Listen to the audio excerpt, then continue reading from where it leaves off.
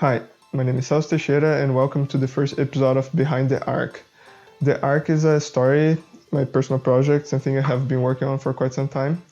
And today I'll be showing you guys the progress of my main character, the current state and the entire journey to get to where I am right now.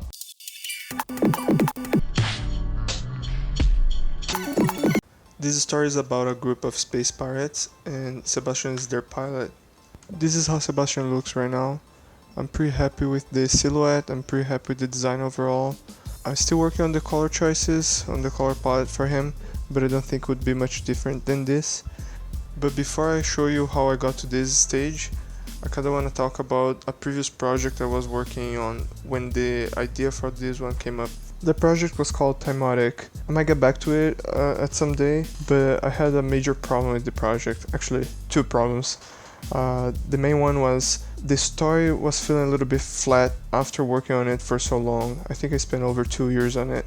And I finished about 10 pages, but I made rough sketches and layout for about 115 pages, which is pretty amazing if it wasn't for the fact that after moving that far, I didn't like the story at all. I like the characters and I like the premise, but the structure of the story was lacking and it had too many cliches, the kind of thing that I complain about mainstream media. I was putting on my independent comic as well.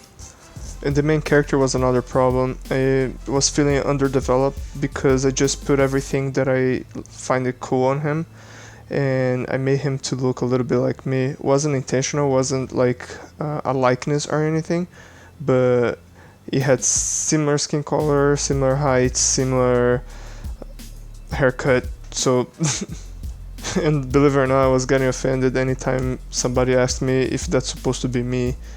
So based on the frustration of a never-ending project, I decided to put the brakes on that and start on something simpler, something more silly that I could just finish, like without worrying about if it's that good or not, because there was not that much time invested and not that much at stake.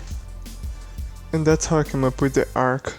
It's a story about a group of space pirates. Originally, the most appealing part for me was how they would board enemy ships.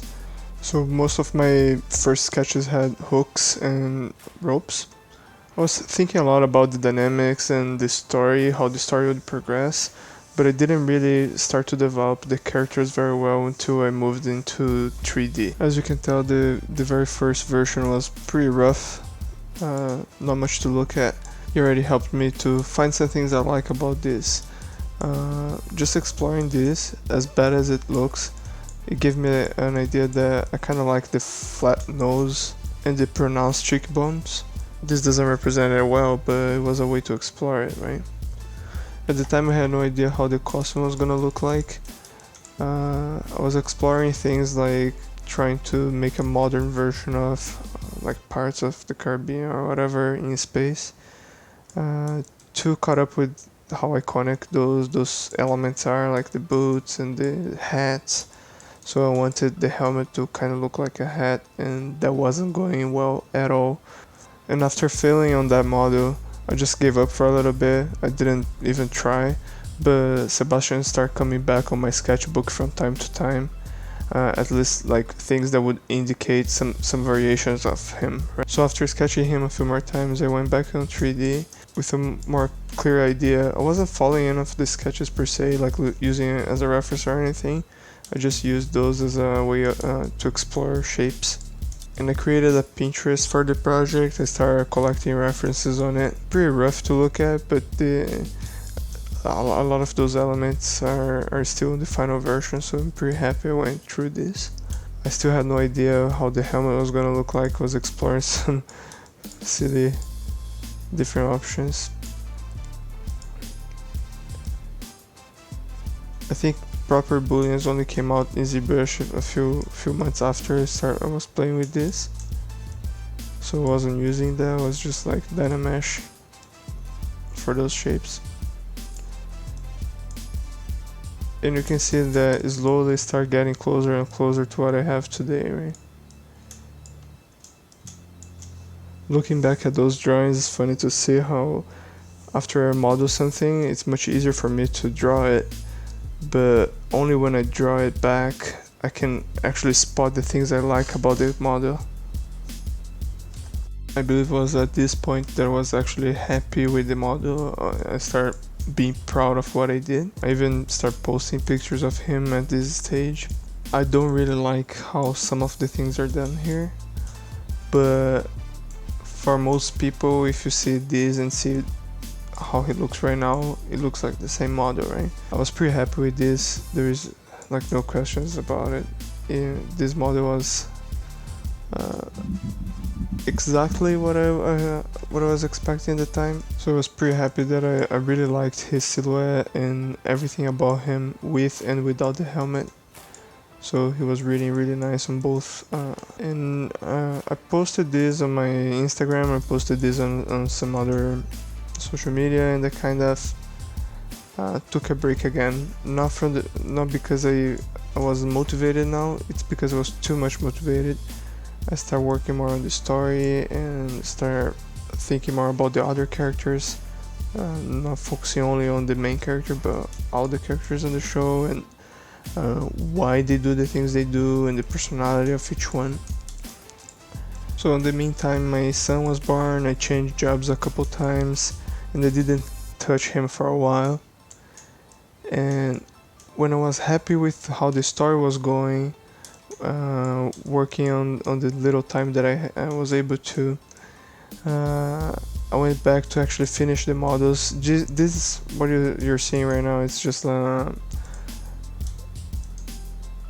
was Dynamesh with Z-Remesh on top for some parts. A lot of things is still just like Dynamesh here.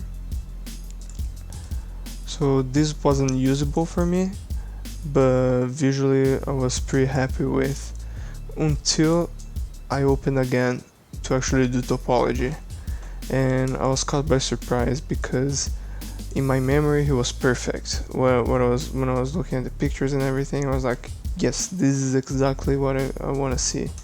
He represents exactly how I see Sebastian. And then when I started doing topology, let me isolate his face here, I see this monstrosity and I really don't like it. I'm like, oh my god, without any of the elements around his face, he still looks pretty bad. I couldn't believe I did this. So I started refining his face yet again. This is like an endless journey, right? And to think that I started on this trying to run away from another endless journey, this became an even worse one. But I wasn't happy with the face, but I knew it was close, right? With all the elements around, I could live with. But when I would look like this, I was like, oh god, he's horrible. And then I pushed things a little bit further. This is how his face looks like right now on the Blender file that you were seeing earlier. Let's turn on some other elements here. He's way more rough looking. He got a little bit older, and that's part of the story too. He's past his prime on the story, so might as well show that visually too. And I just owned it. Like, I think I really pushed some of the facial elements that were just a suggestion before. Now we're pretty deep in. Like, I think this style got way better, way more refined. And when this is rendered with subsurface and a nice lighting, a lot of